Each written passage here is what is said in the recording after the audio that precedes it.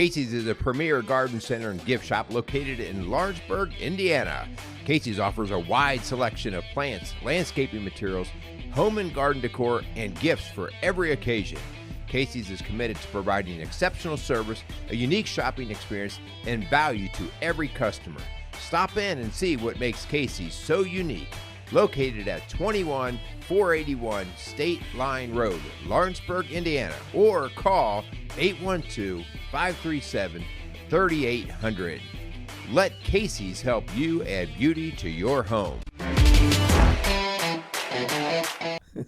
What is going on, guys? Welcome back to another show. It is March Madness, Merle. Did I yell a little loud? Yeah, you yelled in my ear again. I'm a loud individual. It is. I would use the word obnoxious. Obnoxious. It is March, and I'm ready for the madness, Merle. I'm ready. Yeah, you are. You're just like this kid in the candy store, aren't you? Oh, mommy. I come in, I'm excited for the show today, and Merle's in a grumpy mood because it's snowing outside, and he's like, March sucks. And I'm like, no. Yeah. March is the best month of the year. I officially declared March is the worst month of the year. No way. Simply because you never know what the weather's going to do. I'm already I don't care. Depressed because of winter, and now I get one day of a glimpse of sunshine, and the next day it snows. It's March Madness, baby. Yeah, I'm ready. Well, and it's my daughter's birthday. It's Mia's birthday. Oh, that makes it coming up on poor March. Sweet Mia. I know. St. Patty's Day birthday. I'm sorry, Mia. March is the best month ever. Merle, if we're still doing this show when Mia turns 21 on St. Patrick's Day, yeah. We'll drink a green beer with her. We might the next day we might have to do a show on just what it's like to be a dad of a 21-year-old drunk girl. Yeah, she will not do that. She is not made of your cloth. She has her mother. She's a good girl, not like no, that's her daddy. Ava. Ava's a really good one. Mia is like me. She's a stinker. The devil. So what's going on anyway? Not much. I am. I'm excited.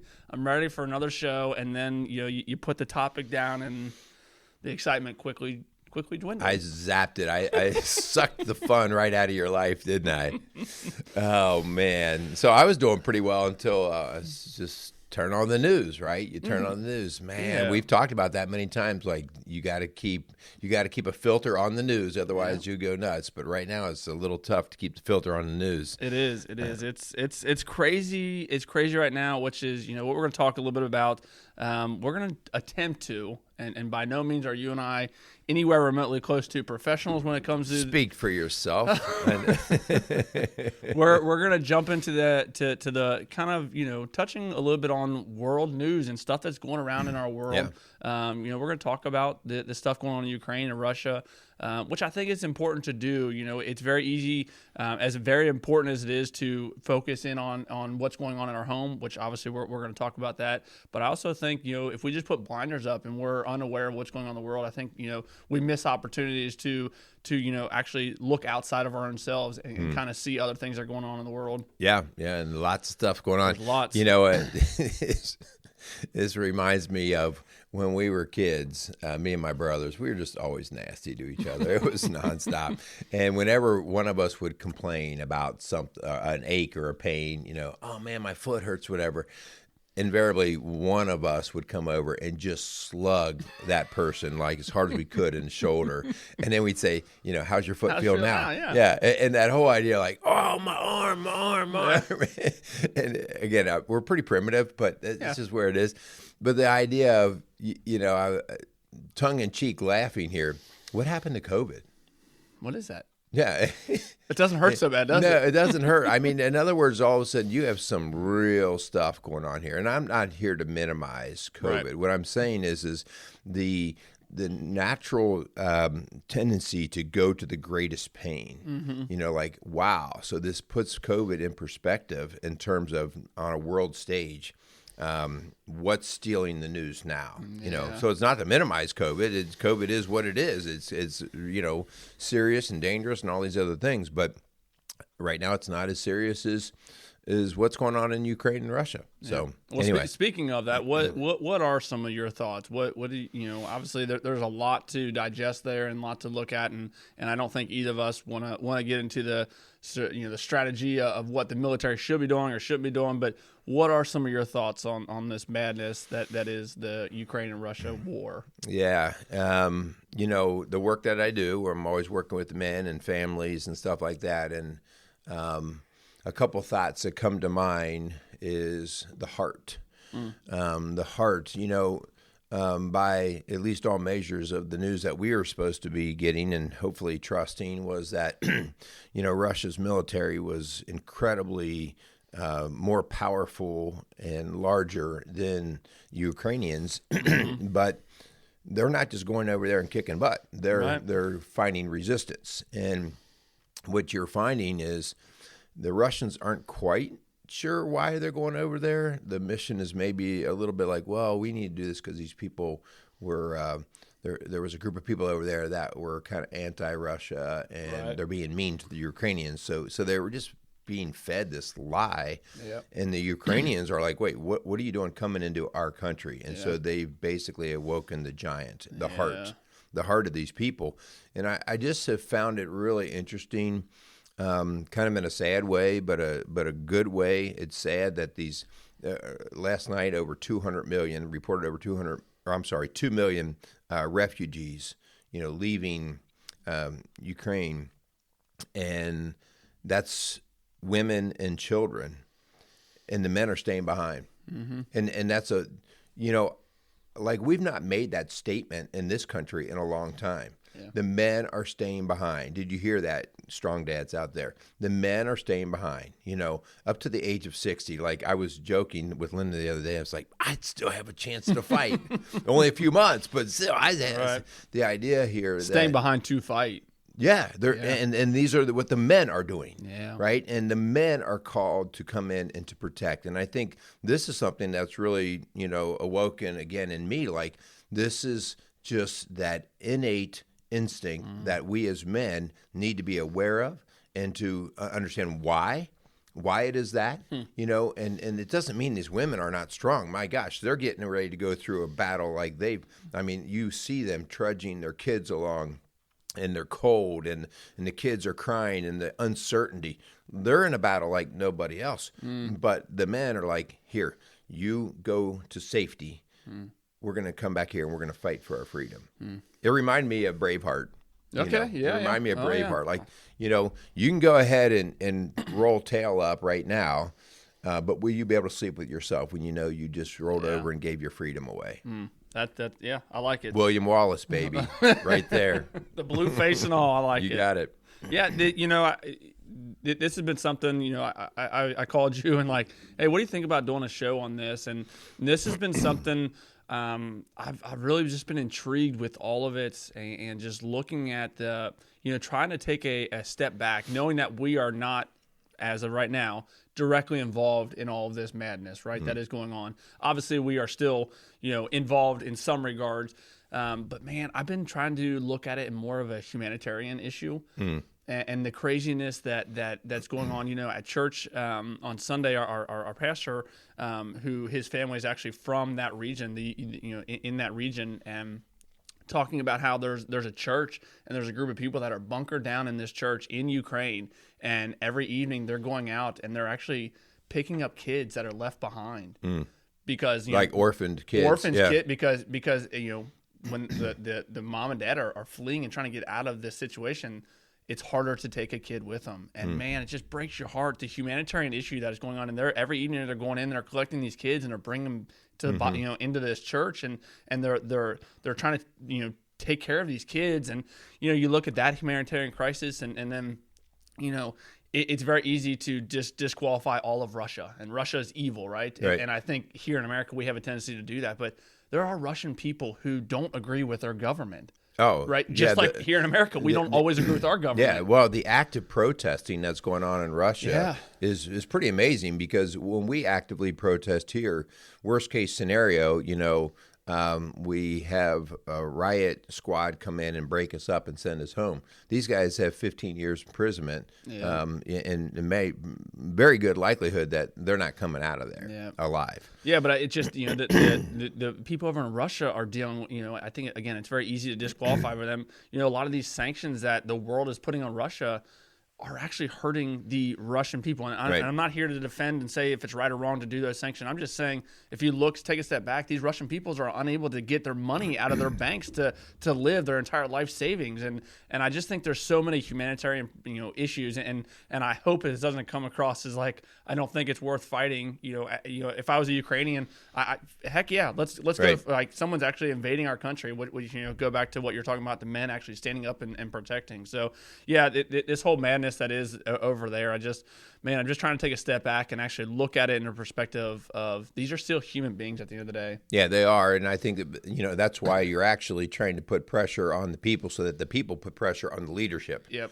And so you're really trying to get the attention from within, and so I definitely feel for that. I mean, if you can take that one step farther to this country, I mean, you're now going to, because of our leadership, whether you like it or you don't like it, is making very unpopular decisions, especially with our production of energy resources. And so we are going to feel the pinch. And so watch what happens in our November elections. Watch what happens. We are going to scream out and say, listen, you're pinching us, our quality of life and that kind of thing. So can I stop you real fast? Yeah. I had something that happened the other day, and I think, again, our massive audience out there, all you guys out there listening to us.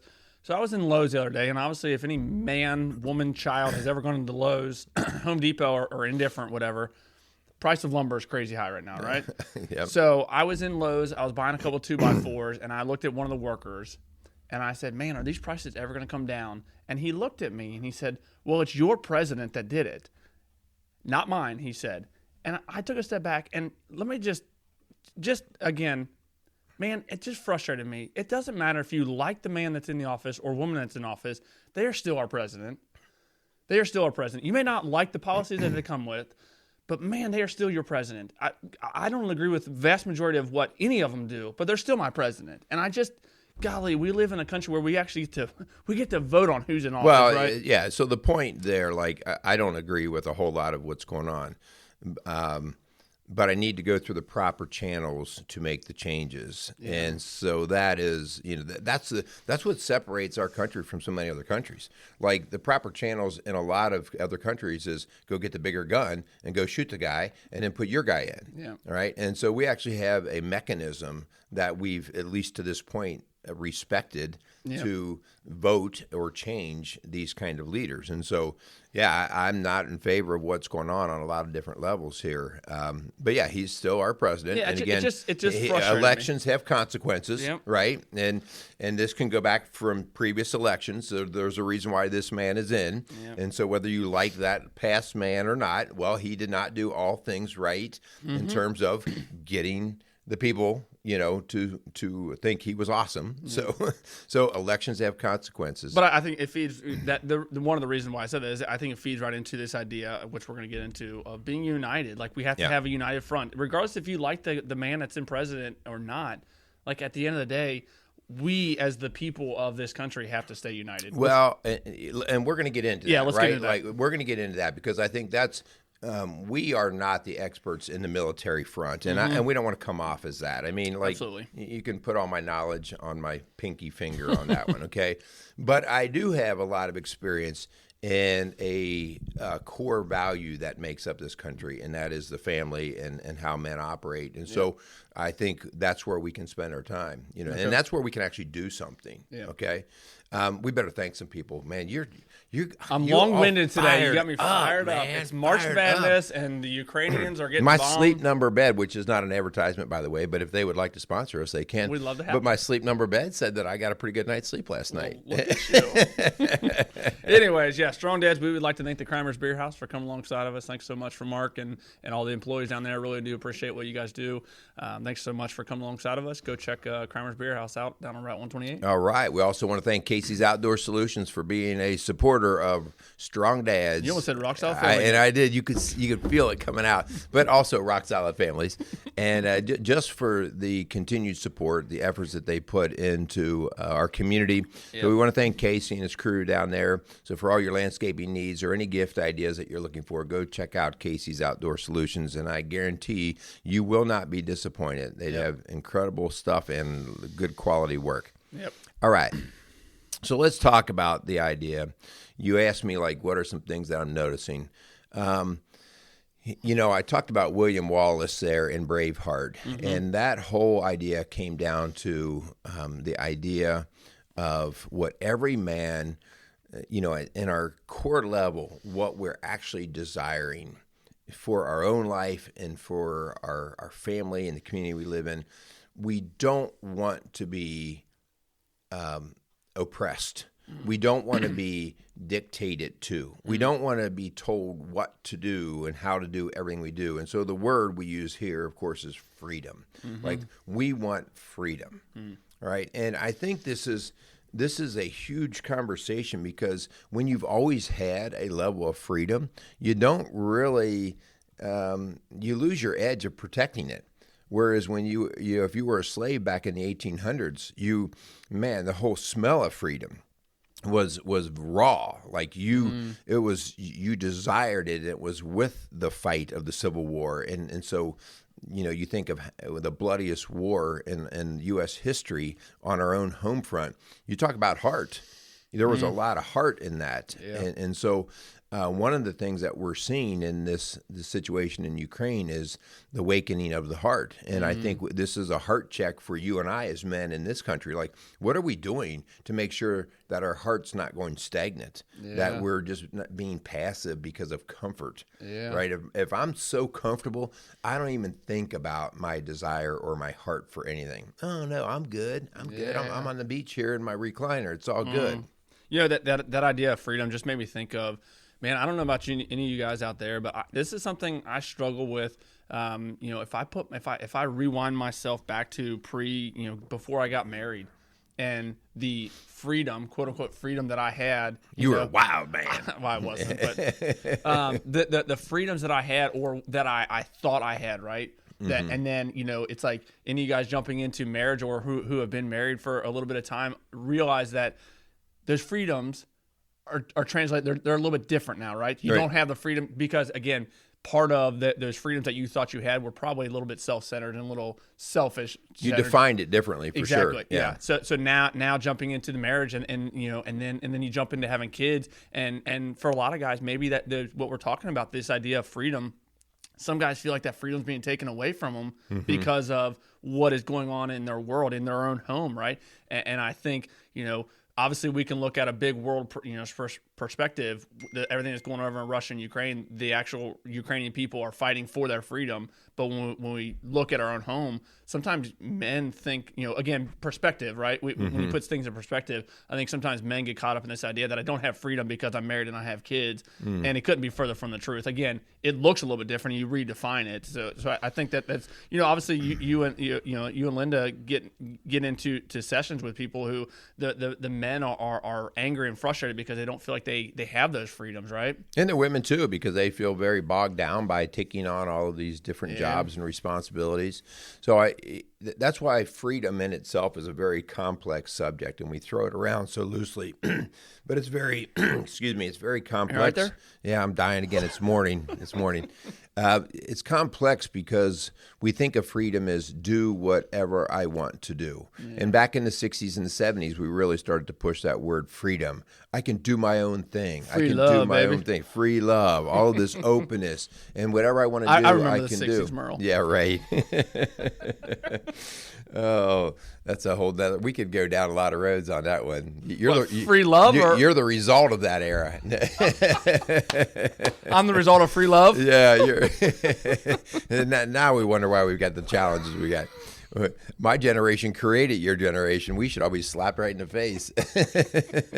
Let's get back on course. Yeah, back on freedom. So that idea of, us understanding what freedom is, I should be free to play my music any way I want to play it, right? Like if I want to play my music loud, I'll play it loud because it's mine.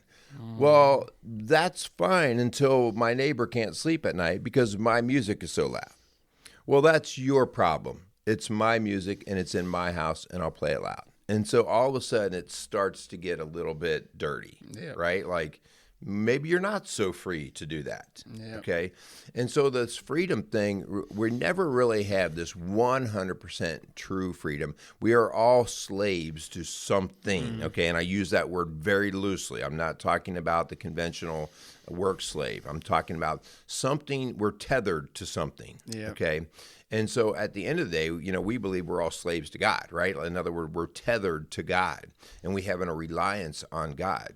Yeah. And I think if we don't understand like what you're actually tethered to, you won't understand the responsibility that you have with your freedom. Yeah. And so part of this is us as strong dads in our conversation today is, boys, it's a wake-up call right now. It's a wake-up call for you to be very clear about what you're tethered to. Whether I'm tethered to or something's tethered to me, my kids are tethered to me, right? So they're dependent on me. So the idea that I just go out and do my own thing, listen, this is why divorce is not cool, guys, all right? Like when we are tethered to this family and we just go, this whole thing's driving me crazy. I'm not willing to do the work anymore to try to bring it back together. Well, something's dependent on me and it's going to be hurt or fractured. Yep. All right. Which, when we look at the world crisis that's going on now, man, that couldn't be that's so true. When it comes to, the what Russia provides to the world in some regards, obviously there's other means that we can do, but Russia provides a crap ton of energy to the entire free world, right?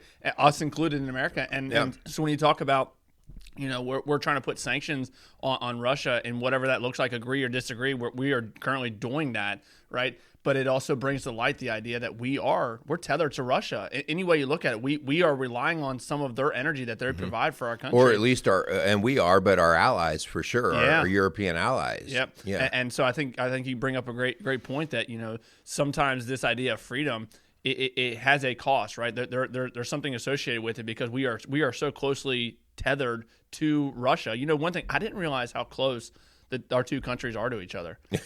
And you haven't looked at a map lately? Well, I forgot the whole globe thing, that it's actually round, it's not flat. So every time you look at a flat map, you always see Russia over here and America, pretty far away, or what it seems to be pretty far away, but they're actually very, very close. Oh, yeah. I didn't know that, bro. Yeah. Well, that's like a... No, you can be in Alaska and you can actually look over and see on Russia. A nice clear day. You can see Russia. That's crazy. That's crazy. Well, I think it's important too that one of the things we realize, like how we're tethered, who's tethered to us, but why? Why are we tethered? Okay? Because I understand that when something's tethered to me, they become reliant upon me. When I'm tethered to somebody else, I become reliant upon them. So I need to ask the why question. Well, why? And is that hurting my freedom or my independence? So, I think there's a really strong talk here to be made with, we really need to understand, like in this country, who we're going to tether to. I've said many times on the show, I don't negotiate with my kids until I can trust their value system. And the reason for that is because I want their value system to reflect or at least honor my value system before I'm going to engage in that. And little kids tend to value themselves first, and that's okay. That's what little kids do. Sure. But I'm not going to negotiate with so-called the enemy because I don't trust their value system. Well, here we are, finding ourselves now. We've stopped bringing oil from Russia here, but now we are then going to tether, which we should have never tethered to Russia to begin with because we couldn't trust their value system, all right? But now we're going to tether to other countries, Venezuela, Saudi Arabia, or whoever else, when in fact we need to be really thinking about how do we get out and secure ourselves. If we're going to talk about freedom here, which is what all this is about, All right, this whole Ukrainian thing, these people are fighting for their freedom. And if we want to have that, and the people who are tethered to us, that we're going to help honor them, then we need to stop, doing these negotiations with people that we don't trust their value system. And I talk about that because what a great thing to teach your kids. All right, not on a national level. All right, they're not old enough, probably, if we're talking about elementary age kids. We're not talking about that. But this goes right back down to what kind of kids are you going to let your kids play with? I don't care if that kid is funny or cool or has all the latest toys. Yep. Do you want to be connected to a kid who you don't trust their value system? This is at a very basic level. And we can be so confused, but mom, but dad, like this kid has a swimming pool in his backyard. Yeah. Man, he's got all kinds of cool stuff. I don't care. Yeah. You need to know that just because there's a pool in his yard, you become dependent on your recreation and your fun, and this is not a nice kid. Yeah. Right? So this is a very basic thing that we want to get into in terms of what we as dads need to really hone in on and start driving in our homes and protecting in our homes. Yep. So let's get into that idea, man. Like, we obviously can sit here and talk about the world and the mess that is currently going on, but let's get down to like the nitty gritty of this conversation. And that's Merle, as I'm sitting here getting ready to say this, I realize we've said this a couple of times on this show, and not to say that it's not important. We keep bringing it up because it is that very important. This idea that we can look outside of the home for the mess that's going on in the world, but man, it has to start in our home. We have to start realizing that collectively, if we don't fix collectively as an American, as the world, if we don't start to look in the mirror and realize that everything that goes in our home and the mess that we have in our home, if we don't fix that mess first, it's going to be very difficult to go out and try and fix our community, No doubt. Then fix our state, and then fix our country, and then fix our world. It has to start in your home. If you guys work anywhere where the morale is down, we've done shows on work and morale. When you look at morale, you start to think like, golly, there's 100 things that need to be changed in our company, our business, whatever. And it's like, if every day you wake up and say, golly, there's 100 things that need to be fixed. The next day you wake up, golly, there's 100 things that need to be fixed. Let's tackle one at a time. Okay. What's the whole thing? Like, how do you eat an elephant? One bite at a time. Right. So let's get back to the basics of this problem of being free and having a constitution that you follow. It starts in your home. And I think, that's where as strong dads, we need to put our faith, put our hope in our actual home, in the hopes that we are raising kids that can go out and they can affect their own home. Yep. And then again, that's that trickle effect, that domino effect. You are one domino in a massive setup of dominoes.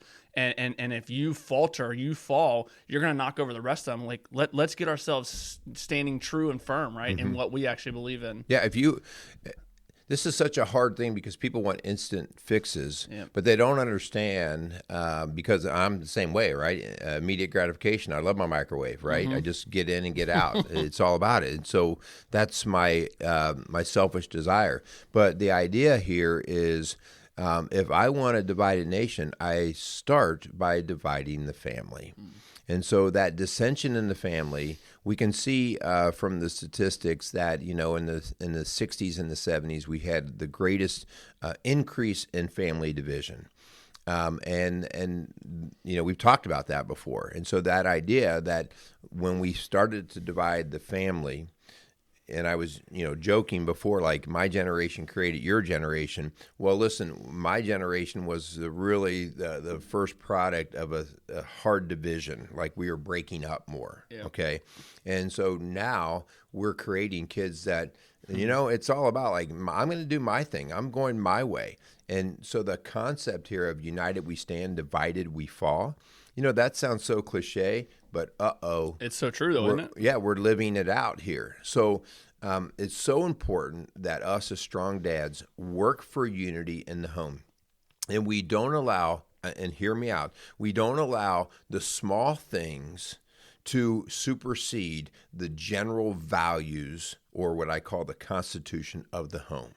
All right. Whether one child in the home gets what they want, if that comes at the expense of the value of how we're going to run, sorry, one child, you're not going to get what you want at the cost of everybody. We see this, hey, I have my kids involved in all these select sports. And so you're not going to get to do this because the whole family's got to go and travel to this ball game, that's 8 hours away. And so, again, I'm not condemning that action as much as, well, what's it going to cost the value of the family and the unity of the family? That's what I have to measure. Like we consciously made that decision. Like, no, you're not going to be on this select wrestling team because the rest of the family is not going to sacrifice for you to go have your fun weekend. Yeah. Right. And I'm not minimizing the importance of, hey, him wanting to get that. But there are other avenues, and we're not going to basically cause inner family division so that we start to resent each other.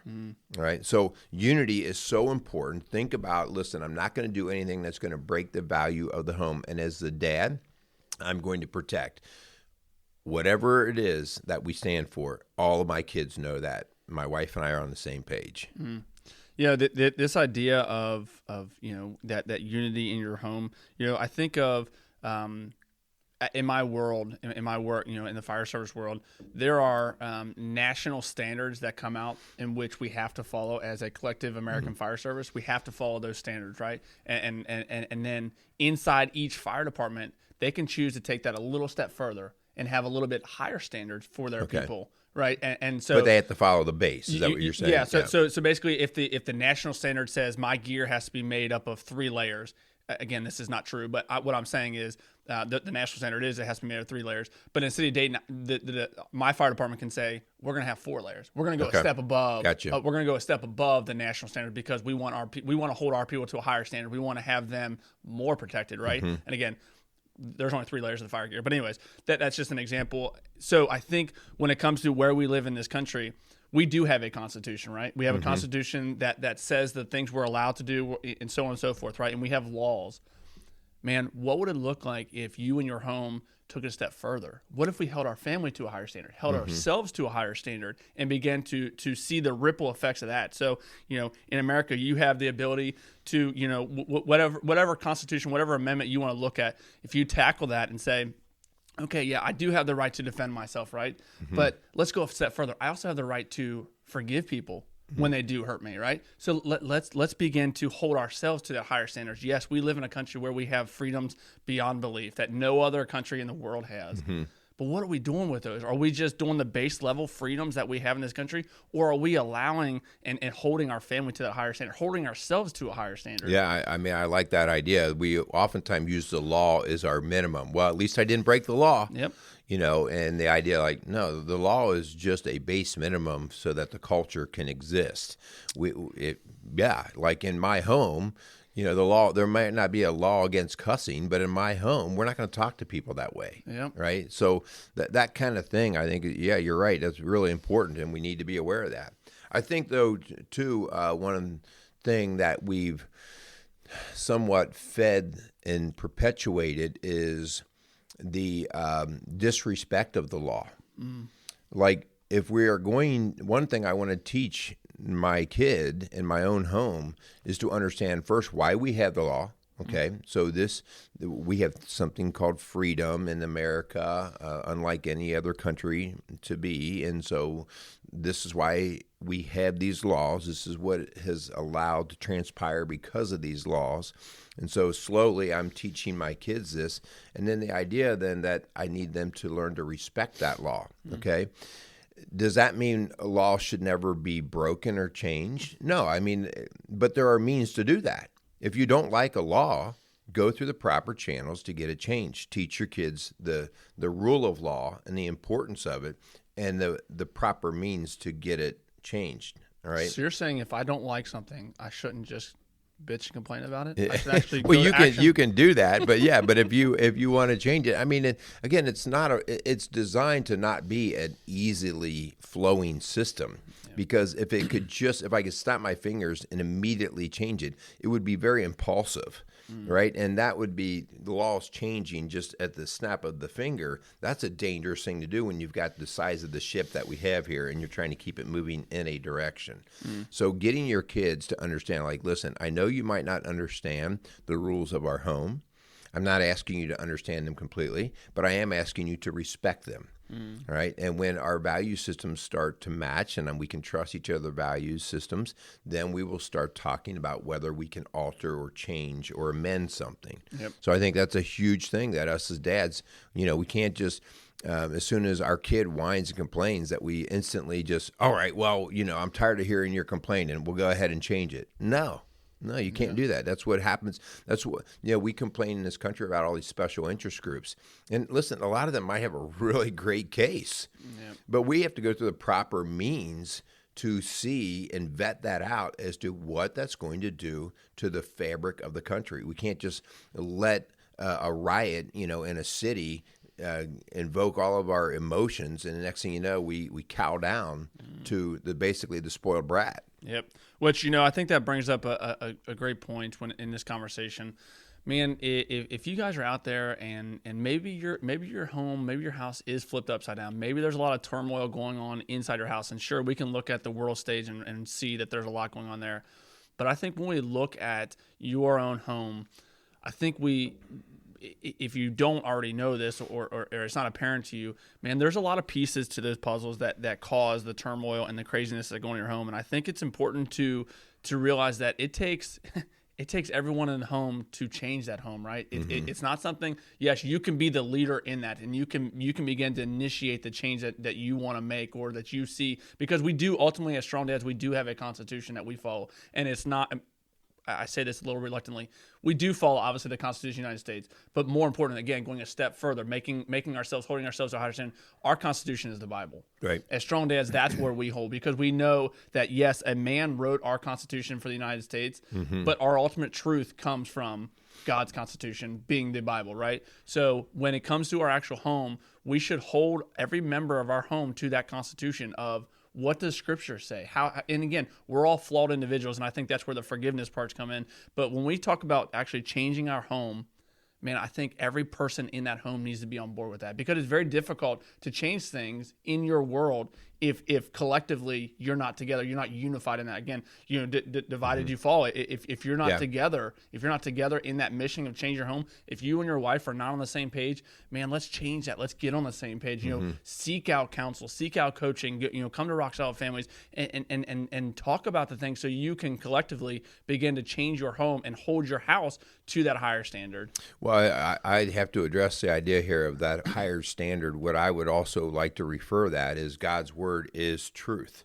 And so a lot of this gets into, like on an international stage, well, what's truth by the Russian standard? Yeah. What's truth by the Ukrainian standard? What's truth by the American standard? Yep. And so if we don't come to an understanding of what truth actually is, then we're constantly going to be trying to throw our own truth and spin it our way, right? And so that's a bias that is it's self-protecting. Like, I want to protect my own issues. Yeah. So I need to teach my kids from a very young age, not just say, well, God's in control. I need to say, listen, His truth is what we base everything off of. It doesn't matter whether you and I disagree with His truth. God's nature is God's nature. And so from a very early age, I want my kids to know God created truth, not man. And when man starts to input his judgment on God's truth, we get into dangerous places, as we are seeing right now. And So I want my kids to know where truth comes from. And when they are out, as they get to become teenagers and they hear things like kids messing with their gender and kids doing this and kids doing that and breaking rules or stealing or whatever the kids do, right? And kids do all these things in the experimentation phase because they would love to get their way. I need to have my kids understand, well, how does that go up against God's word, right? And I want my kids to have that strength to know, that is in conflict with God's word. I am not going there. That's not something I want to be part of. On the other hand, if it's not in conflict with God's word, hey, then fine. That's almost like one of those things of style, right? Who cares? Today we're wearing, cut up jeans. Tomorrow we're going to be wearing plaid pants. That would be really ugly. You probably never wore plaid pants, did you? I did not. I did. Right there. 1972 plaid pants. This is why I am like I am, because people like Merle. Anyways, yeah, man, I think, as we close, getting ready to close the show up, I think maybe a point to make or hopefully a takeaway from this is what's going on in your home isn't just going to change by accident. Like there is a call to action. I truly do believe God calls all men into action, to be aggressive in this. I truly do believe God calls men to have action. So you can listen to this, what Merle and I are spewing on these mics, and you can just let it go in one ear and out the other. But it's like, at what point are you going to actually have action behind what you're hearing? So, man, God is calling every man, myself included, into action. So let's go out there and let's be let's be the person, the man that our family needs in order to change what is going on, the turmoil that's going on in your actual home. Yeah, you be the true north, right? Or the director to guide to true north. That's your call, Dad, to be strong in that way. 1 Timothy 2, verses 1 and 2, I think we also, as you were talking about before, people kind of bashing the president, that's not as productive as doing what I'm going to recommend here out of 1 Timothy. It says, first of all, then I urge that entreaties and prayers, petitions and thanksgivings be made on behalf of all men, for kings and all who are in authority, so that we may lead a tranquil and quiet life in all godliness and dignity. Guys, what we really need to be doing right now, rather than spending all of our time bashing our president, is we really need to be praying.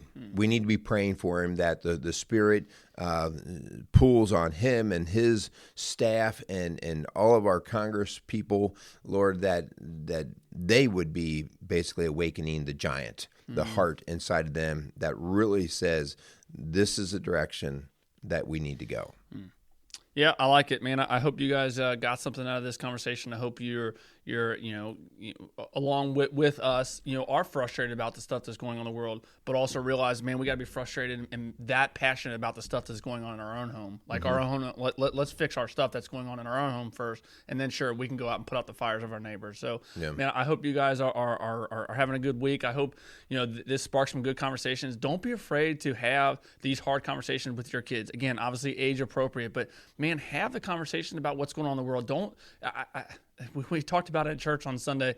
Man, we can't bubble wrap our kids and allow them to not see what's going on in this world. I truly do believe we need to allow our kids to experience the flaws of the world, right? How can you know the truth of really what is the truth of God if they don't see what is the truth of Satan? Like, we have to see that Satan is real. He is out there. He's doing crazy, maddening things. Like, let's go back to the truth, and that is the scripture. Yeah, and when we're doing this with our kids, we have to arm our kids. Yeah. So I'm not going to just let them watch the news and get in panic. Yeah. I'm going to sit with them. We may watch a bit of the news age appropriately, and then I'm going to say, okay, listen, what does God's word say about this? How do we handle this in our family? What does it mean?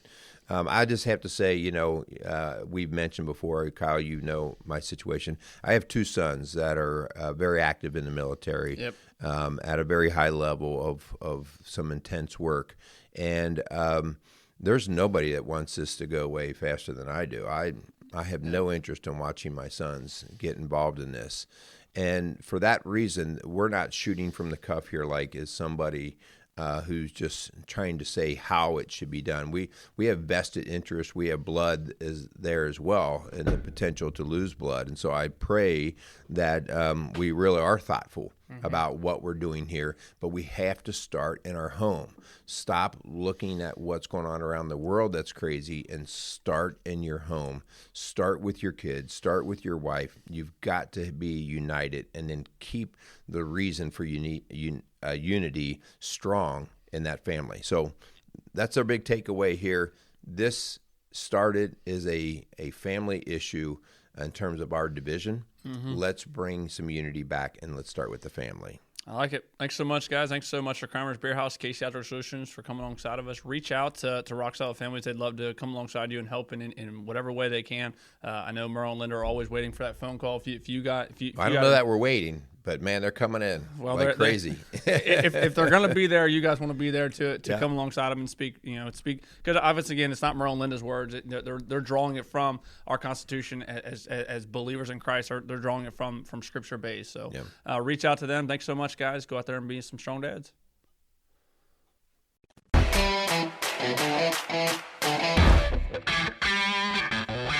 Hey, this is Kyle Crawford from Strong Dads. Strong Dads podcast would love to thank the Kramer's Beer House for coming alongside of us. The Kramer's Beer House was started in 1982 by the Kramer family, and since that time, they have definitely become a Cincinnati favorite. So if you're looking for an incredible meal in an incredible setting, definitely go down to Route 128 and check out the Kramer's Beer House.